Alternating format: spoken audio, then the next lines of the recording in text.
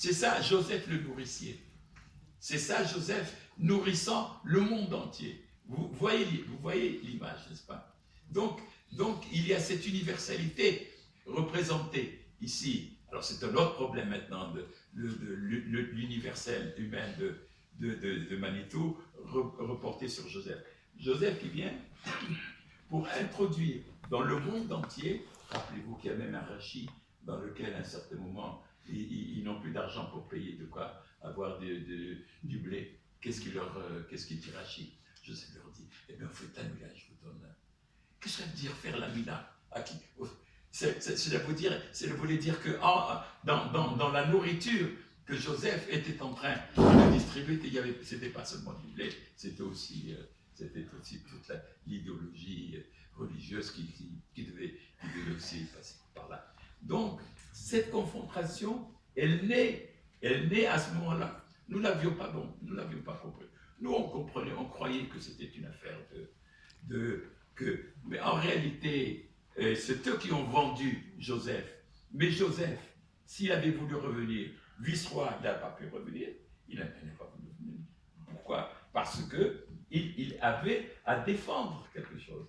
Et il défendre cette idée de l'universalité, de l'université de la Torah. Bon. Finalement, les choses vont se terminer différemment. Parce qu'à un certain moment, ils vont se retrouver.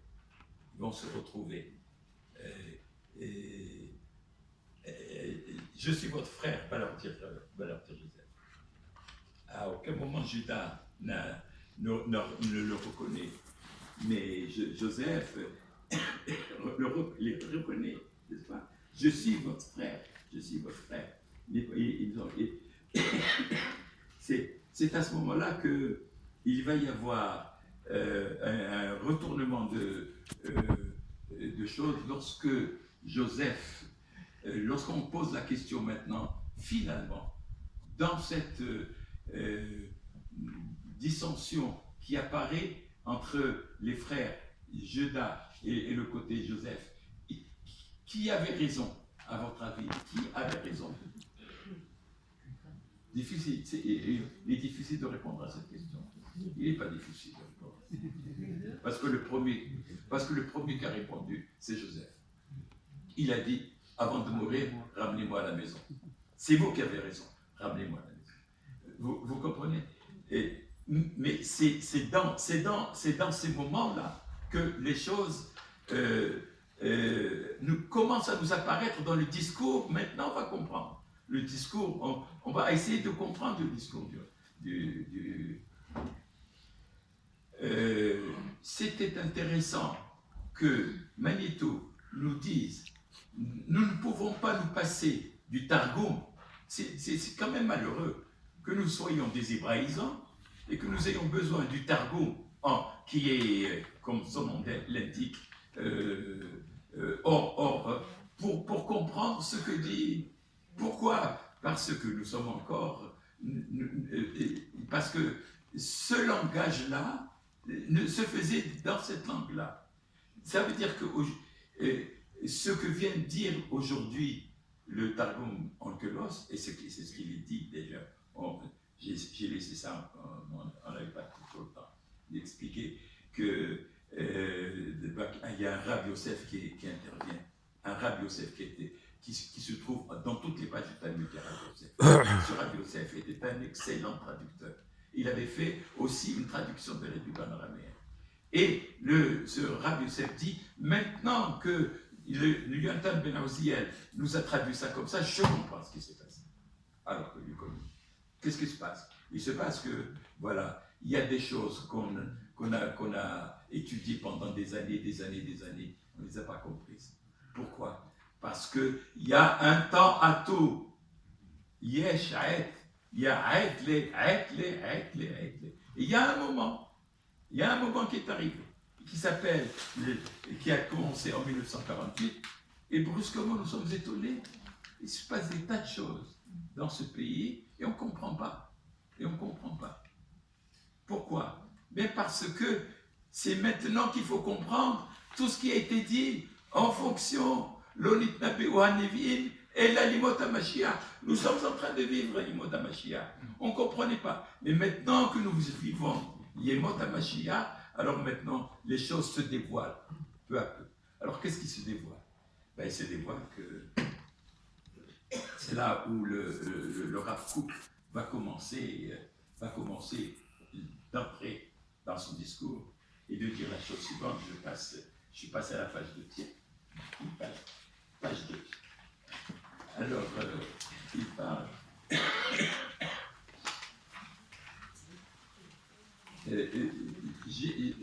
Comme nous n'avons pas le temps de lire et de traduire, je résume ce que dit ici, dans ce passage entouré en rouge, ce que dit le Rav Kook.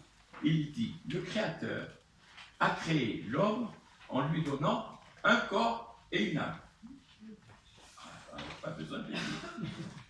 Ainsi que toutes les forces matérielles et spirituelles pour atteindre toute sa perfection et accéder à ce degré qu'attend de lui Dieu, c'est-à-dire la sainteté du corps et de l'âme, et de la neshama. À cette image, Dieu a donné au peuple. Alors voilà la nouveauté et voilà l'explication du Rav Kook. De la même manière que lorsque Dieu a créé l'homme, il a créé en l'homme deux entités, le corps et l'âme. Cela veut dire que, pour nous, il faut comprendre que Dieu a donné au peuple d'Israël les forces matérielles et spirituelles qui lui permettront de réaliser le projet divin. Et quel est le projet divin? Être une nation forte pour devenir un jour orgueilleux. C'est ce qui se passe. Mais c'est ce qui se passe. Il le dit à des gens qui ne voient pas ça. On vit à Yafo, on ne voit pas ça. Mais nous-mêmes, nous ne nous rendons pas compte que c'est ça la vérité. Que effectivement, sous nos yeux, nous avons un peuple qui est divisé entre un corps et une âme. Grosso modo, le corps, c'est qui? Eh bien, c'est ces travailleurs, c'est ces premiers sionistes, qui étaient athées, ces premiers sionistes qui n'étaient pas religieux, ces premiers sionistes qui n'allaient pas à la synagogue, ces premiers sionistes qui ne priaient pas, mais qui ont créé l'État d'Israël, qui ont bâti les villes, qui ont bâti Tel Aviv, etc. Et de l'autre côté, eh bien, ceux qui pensaient être les penseurs. C'était la Neshama, les bras et compagnie. Non, c'est la Neshama. Voilà. Écoutez, je redis ce que dit le Rav, simplement. Vous comprenez? Et nous voyons comment le Rav Kook est en train de nous amener peu à peu à comprendre ce qui se passe en Israël aujourd'hui. Eh bien, croyez bien que, mais ne mettez pas en confrontation ces deux-là. Comme on ne peut pas confronter en l'homme le corps et l'âme, c'est une unité. Il faut comprendre qu'est-ce que c'est que le sionisme premier, le sionisme matérialiste, le sionisme travailliste, le sionisme non religieux, mais il y a à côté de ça un sionisme qui est religieux. Qui c'est le bon, qui c'est le mauvais? Chacun va penser à sa manière. En tout cas, ce que le Rav Kook ajoute, on dit, à cet effet, le Créateur a désigné deux tribus. Donc c'est un plan prévu déjà dans la Torah, par Akadosh Baruch Hu, que le Rav Kook est en train de nous rappeler. Le Créateur a désigné deux tribus, appelées à régner en Israël. Deux tribus, l'une s'appelant Ephraïm, l'autre s'appelant Juda. Et toutes les deux sont détentrices des forces matérielles et spirituelles. Joseph Ephraïm, le nourricier du peuple, et Judas, porteur et dispensateur de la sainteté. C'est la raison pour laquelle, entre autres, il nous est recommandé de scruter l'histoire biblique du Joseph biblique, du Judas biblique. Si je veux comprendre qu'est-ce qui se passe aujourd'hui entre ces deux entités-là, qui sont l'entité matérialiste, sioniste. Elle est sioniste, elle est d'abord sioniste. C'est l'amour de Sion qui les avait amenés de Russie, de Bulgarie et d'Allemagne, etc. C'est pas la Torah qui les a amenés. Et puis les autres sont venus, ils ne sont pas encore venus beaucoup, les autres. En ce moment, il y a ceux qui y étaient là depuis longtemps et qui peuvent pas voir ce qui se passe avec ce sionisme matérialiste. Ils ne peuvent pas. Manitou. Certains expliquent que les laïcs sont ceux qui composent le corps d'Israël, Gouf, et qui seraient de la mouvance de ce qu'on appelle Mashiach ben Yosef. Ça c'est un Mashiach ben Yosef. On l'a jamais vu à la synagogue, celui-là c'est un Mashiach ben Yosef. Il va construire, c'est mais moi je suis, tandis que les religieux seraient ceux qui construisent l'âme de la nation, et qui seraient, eux, ceux de la mouvance Mashiach ben David.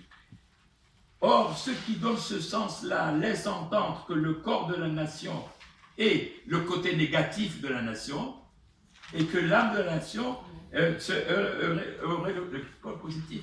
Manitou hurle, il dit c'est faux de penser comme ça. C'est pas ça, c'est pas comme ça qu'il faut penser. C'est faux, c'est pas ça. Car ce serait comprendre ce que veut enseigner le Rav Kook. Ce que veut enseigner le Rav Kook, lequel rappelle que le monothéisme bien compris, enseigne que c'est un Dieu unique qui a créé le corps et l'âme. Et vous savez, c'est quelque chose qu'on répète à Kippour, le jour de Kippour. Ha, Neshama lach ve'haguf parolach. Husa ala malach. C'est ce qu'on dit dans le cas. Ha, Neshama lach ve'haguf parolach. Husa ala malach. C'est un ensemble. Et dire que ça c'est plus que ça, ou c'est mieux que ça, c'est un parjure. C'est aller à l'encontre même de la compréhension de ce que voulait Dieu. Mais selon la Torah, on ne peut pas dire que l'un est négatif et l'autre positif. Parce que c'est seulement dans leur union, dans l'union du corps et d'un neshama, que l'on peut dire qu'il y a un être, un existant, un ani. Cela voudrait dire qu'il y a nécessité de construire le corps, la nation, afin que la neshama puisse exister. Car un corps sans neshama, et une neshama sans corps, alors la neshama sans corps, c'est Manitou, je crois. Je crois, qu'il me pardonne si je me suis trompé, mais je crois que c'est lui qui a fait, qui à son habitude a fait cette blague en s'adressant à ces religieux, en leur disant, mais finalement, vous, qu'est-ce que vous avez fait? Vous n'arrêtez pas d'écrire des mésouzotes. Mais où allez-vous mettre ces mésouzotes s'il n'y a pas de maison?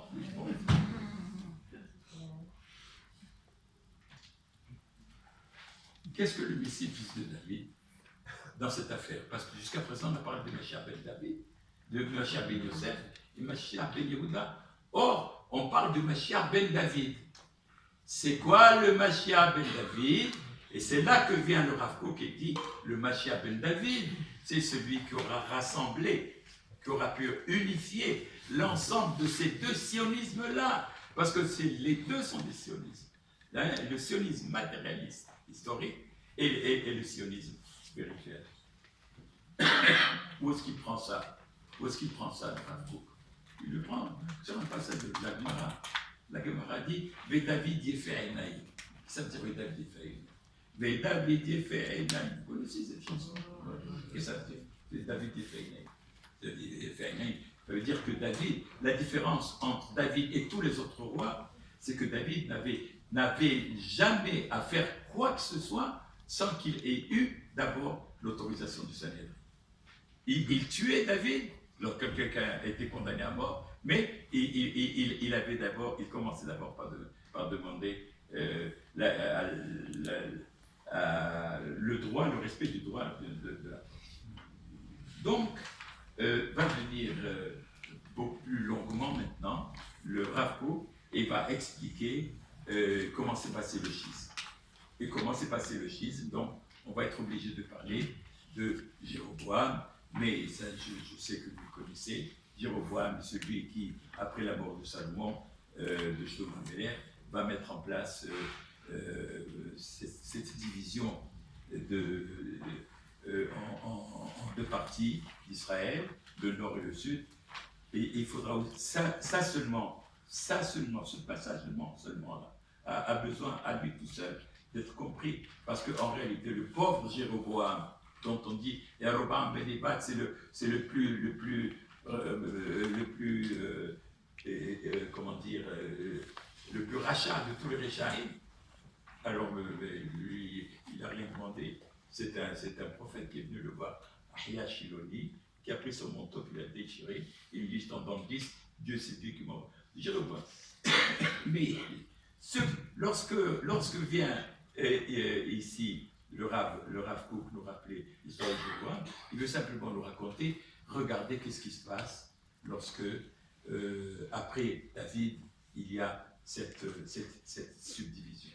Eh bien, regardez où nous en sommes. Voilà. Ce schisme nous a détruit l'Israël premier, a détruit parce que maintenant, nous ne sommes plus que quelque part un gouffre et quelque part une âme, mais nous ne sommes pas ce corps et cette âme que Dieu voulait nous avoir. Manitou. Les sources de la confrontation. Oui. Mais quand je dis Manitou, je voudrais que vous sachiez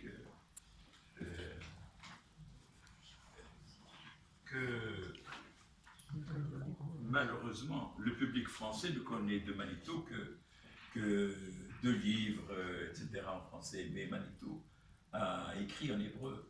Aujourd'hui, moi, dans ma bibliothèque, j'ai une douzaine de livres en hébreu de Manitou. Et puis, je vous assure que je ne comprends plus Manitou en français. Quand il parle français, Manitou, je ne comprends pas. Pourquoi? Parce que il nous a amené